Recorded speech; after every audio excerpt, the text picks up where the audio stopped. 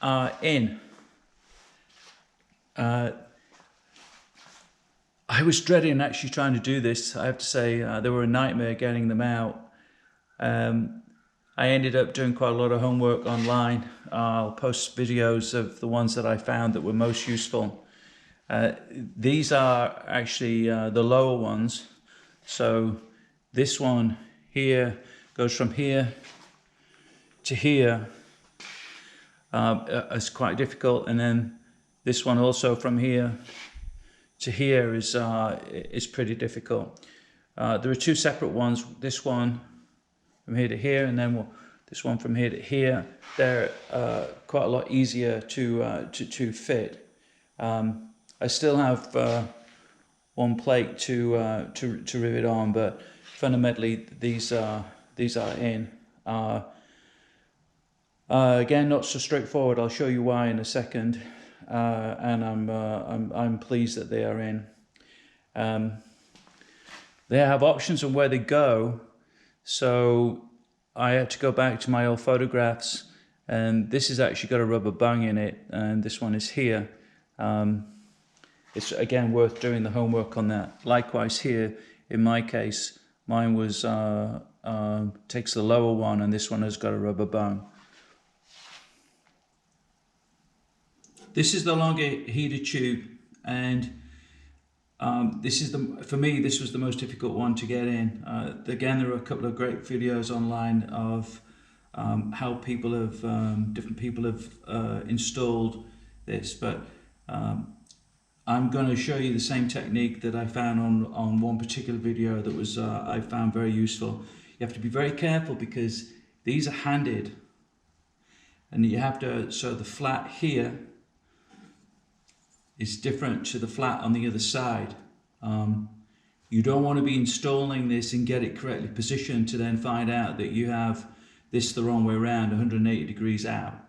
The way that you check is to look at the firewall and look at the holes in the firewall and make sure this actually goes in the right way around. Again, it's a little frustrating if you find out that you have installed this incorrectly. Per my firewall, this is how this tube is orientated. All right, so the way that you do this is that, actually we'll do it this way around. So you want to be like this, you slide this in, you're trying to get it into the very far corner of the bulkhead. This goes in, and then there's a center section on the bulkhead which is basically blocking you getting down to the lower station where the pipe is actually fitted. If you push the tube all the way to the firewall, you clear that, and then you can feel your way down, and the tube will eventually line up. When it's against the firewall, you have to use a technique to align it. So I'm going to switch the camera shot now round to the front and try and share that with you. I found that to be also super important. This is what I was meaning about the handing. The holes in the bulkhead line up to the flat on this side and the flat on the other side. If you don't do that correctly, then you end up having to take the tube out, having eventually got it positioned and in. The technique that I actually used to get this to line up in the holes, once I got it inside the bulkhead, I brought it down, and I brought it down at an angle, and then I positioned it against the actual hole here. And I used a screwdriver, positive drive screwdriver, to help guide it in. And as I was doing that, I was rotating it in. It won't go straight down and then in. You have to actually rotate it in, a little fiddly.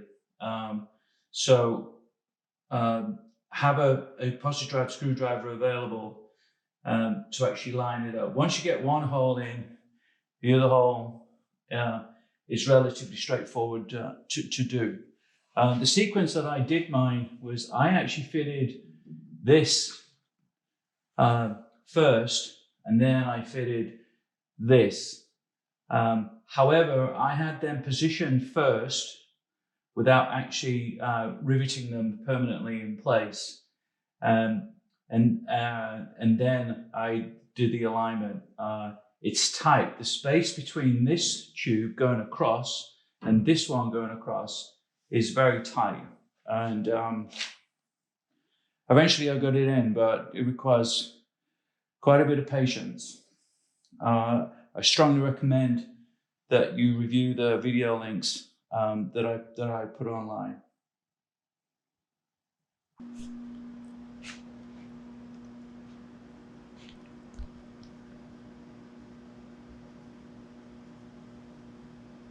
With those water tubes in place, I now switch to the other items. I've fitted the water jets.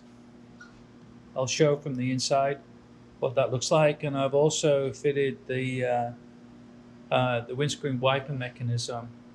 So this is the new grommet for the firewall for the water tube.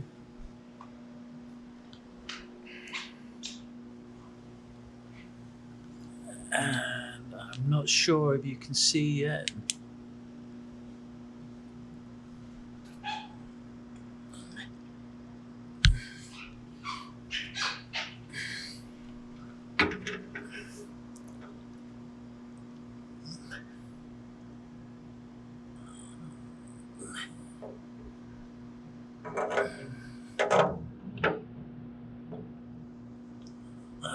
That's the windscreen washer fluid connection to the actual jet nozzle itself. You can see I have the windscreen wiper mechanism in place. The way I've done that is that I actually take these two nuts off. I take these two nuts off, take this whole bracket out, drop this unit, disconnect it from the mechanism inside, and I do the same at the other end.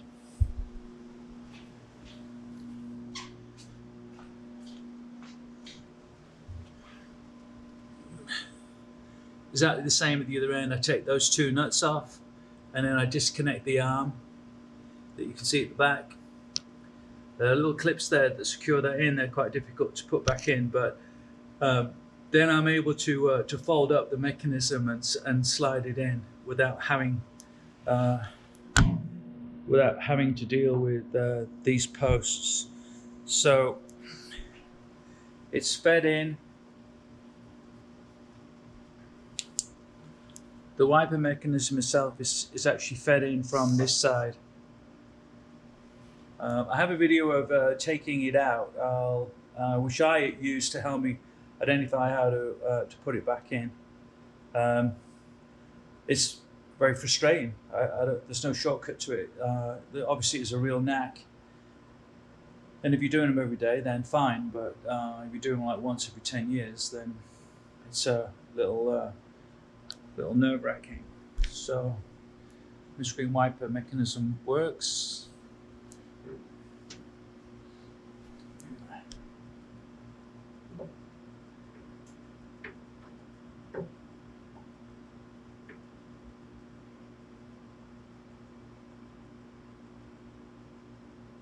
Yeah, so quite happy. I wasn't looking forward to this day because these things are really difficult to get out, and I knew that were going to be difficult to get in. My hands are all cut, but we're there. These new bezels, the chrome against the blue looks just stunning.